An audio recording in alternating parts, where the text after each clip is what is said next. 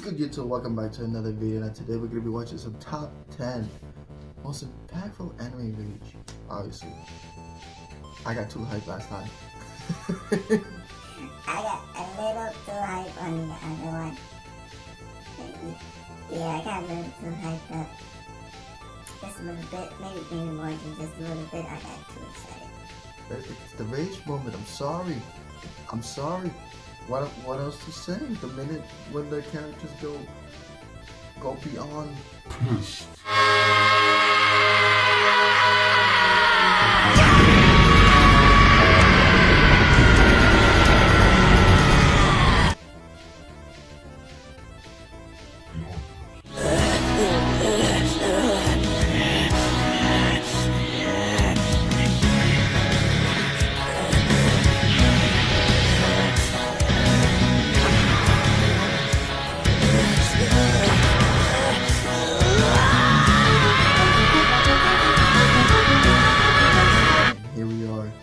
Part 2.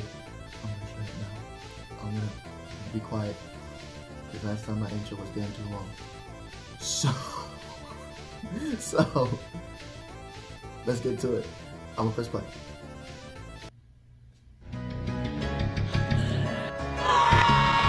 Yes. So I saw that you guys liked the previous video on rage moments, and of course I figured out that I had to get this one going. 10 rage moments was something, but why not go further beyond that? For this edition of Top Rage Moments, we're going to be bringing you not just the main character moments. This time, I decided to feature even side characters as well. Hey, who said that only the main characters can have intense moments of rage and emotion in anime, hey? Without further ado, here we go. Strap your seatbelts on and get ready for the ride. Gohan. The minute that he finally let go, he's the first character in the Cell Saga. This is when Gohan goes Super Saiyan 2. First, then Goku. At this point, Gohan is stronger than Goku. Y'all cannot lie that Gohan became stronger than Goku after this point. Here we go. Strap your seatbelts on and get ready for the ride. Super Saiyan 2 right there.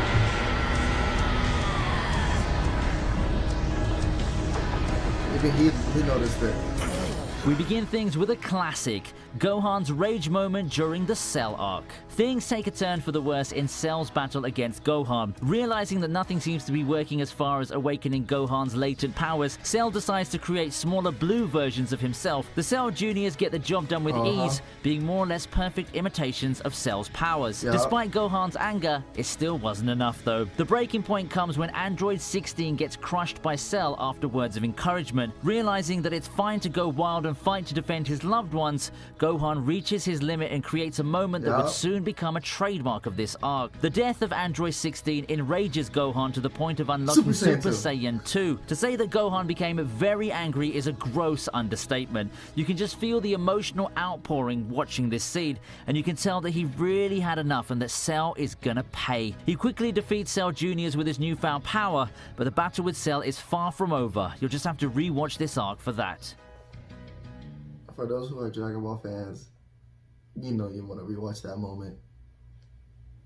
Let me see if you guys got hyped up with that like button. Or put it in the comments, I got too hyped.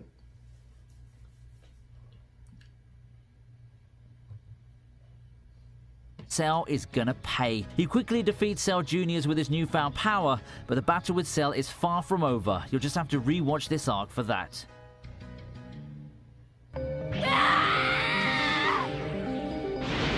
Asuka.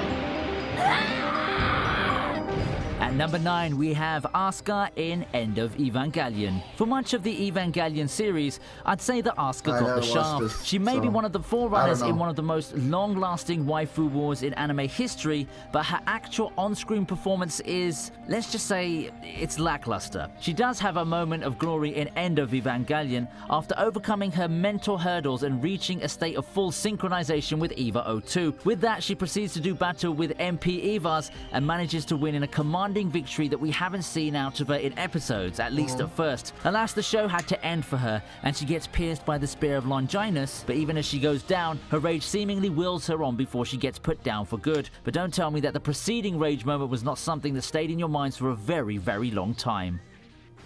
Ooh.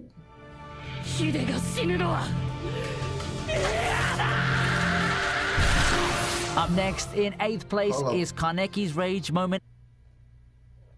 Okay. It is side and main characters for this one, right? Because he is the main character for Tokyo Ghoul. He did go ahead. OP mode to the fullest. OP mode to the fullest. He went crazy. You could say he finally unleashed his ghoul side after that. Against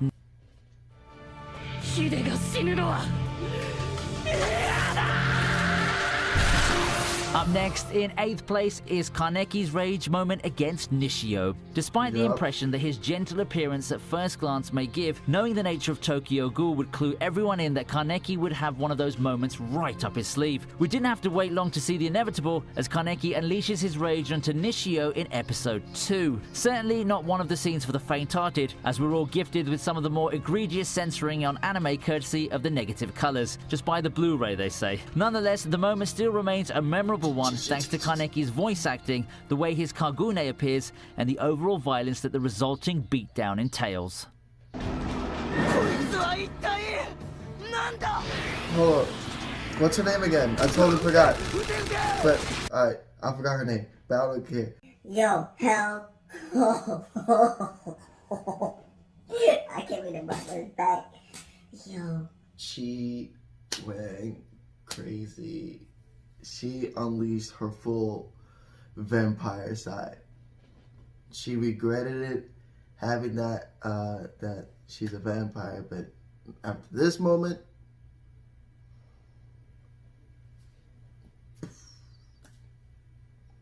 she just finally accepted it and unleashed the full power. Can we just I don't remember her name. Resulting beatdown entails.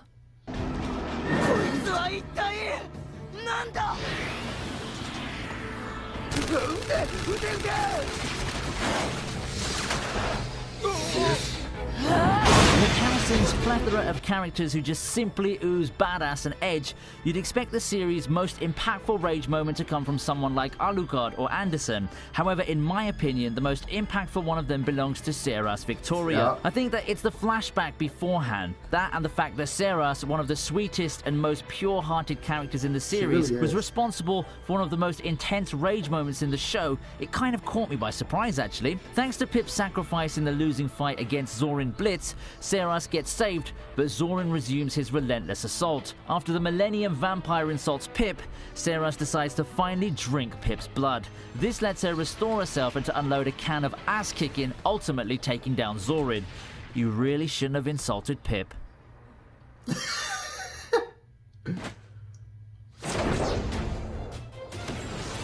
Gintama comes in at number 6 with Kagura's scene in the fight against Abuto. Need a quick way to get your shonen main character riled up and unlock a hidden power? Harming his or her friend seems to be the surefire way to do this. In this episode, Abuto quite easily handles Kagura and Shinpachi. Coming out with a brand new slasher smile and a look fitting of a horror movie monster, Kagura turns the tides on him and the battle takes a sudden turn. Kagura finally awakens to the impulse of her Yato blood. However, it all seems for naught as Abuto finally contains Kagura, or so he thought. After a jump scare, Kagura quickly resumes work and leaves even the spectators wondering if that's really the Kagura that everybody knew. It's rare for Rage to consume someone like Kagura, but when it does and sets her beyond her limits, the results ain't pretty. Crazy.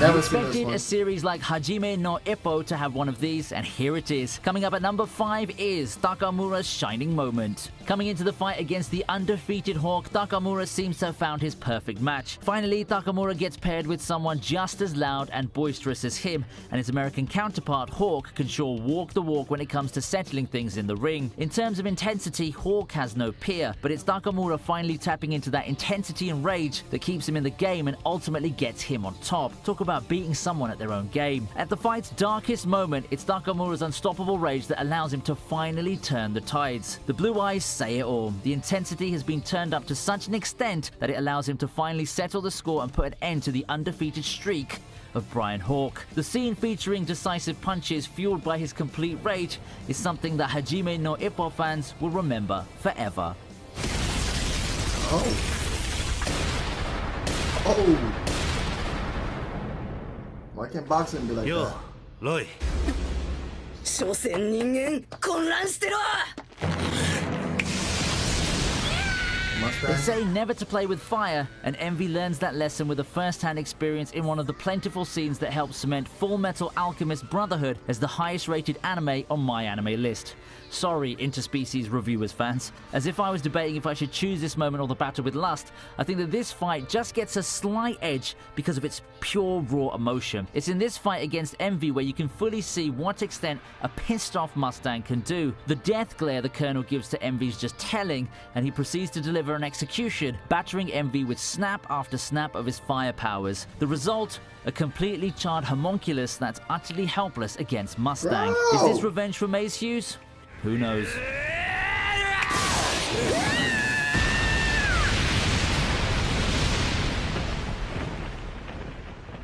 Ooh, you know she did.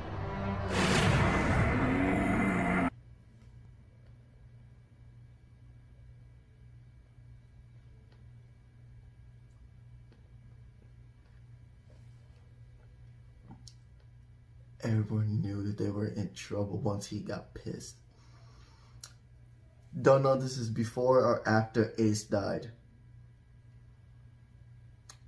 As you guys, hopefully you guys do know that Ace is Luffy's brother from a Saga. They became brothers. But the minute Whitebeard got mad, it was like the end of the world, because that's his power.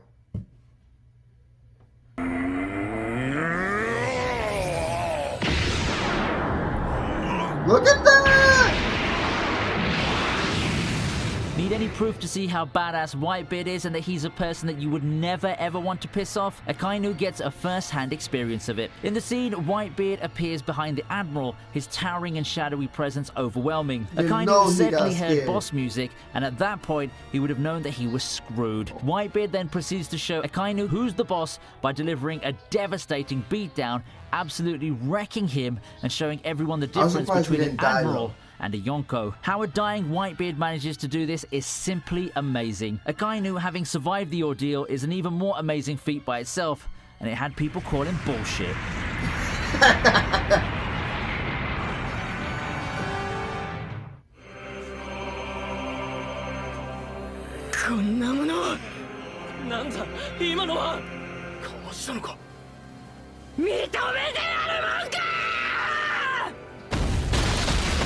Our runner-up is Naruto Shippuden, thanks to Obito. It's no secret that Obito really loved Rin. Now, what does a man do when he sees his former friend kill the girl and is left with nothing to lose? For Obito, the answer is simple. Be completely consumed with rage, unleash it, and go down the path of villainy for good. Seeing the sight of Rin getting killed by Kakashi was enough to make Obito snap. Unable to accept any of this, the ninja trembles in anger and takes his frustrations on the hidden mist ninjas. The slaughter that follows is merely a preview of the emotional turmoil that Obito must be having at this moment. Granted, the hidden mist ninjas were obviously fodder, but you can feel the emotion with each of Obito's frustrated punches and attacks. He became a one-man army in his own right, and in that state, absolutely nothing can stop him.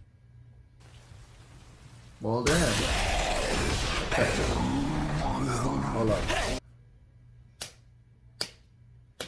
Levi, I'm glad he's number one.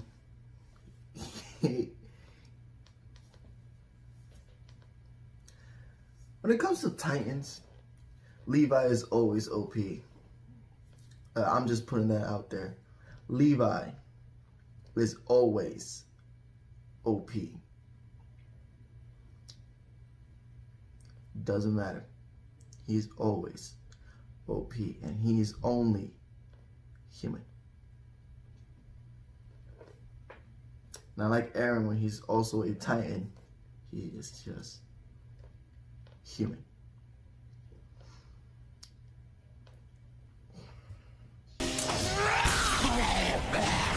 Attack on Titan plus Rage moment? Alright, time to have an Eren moment capping off the list.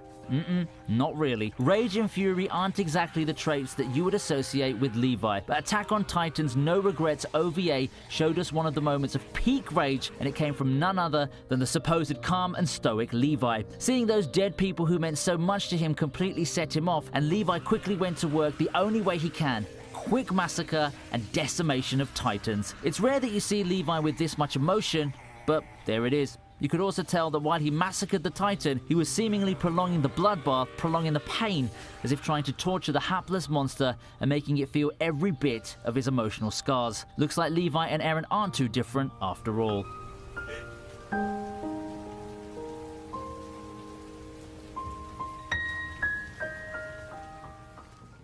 And that just about wraps it up for this week. Did the entries get your blood boiling? Which among these rage moments is your favorite? I'd love to hear your thoughts, and you guys know what to do. If you found this list fun and interesting, I would suggest giving this video a thumbs up. That is, man, like, I'm gonna stop right there because I'm getting my hype level is getting high right now. if you guys got hyped up over this, because I know y'all want to rewatch this. I want to rewatch this. Probably not the whole series, but yo, Whitebeard, OP mode, or just Whitebeard Rage moment. Probably the whole episode will show up, but I can't. I'm gonna end this though. If you guys enjoyed this video, make sure you smash the hell out of the like button. Until next time.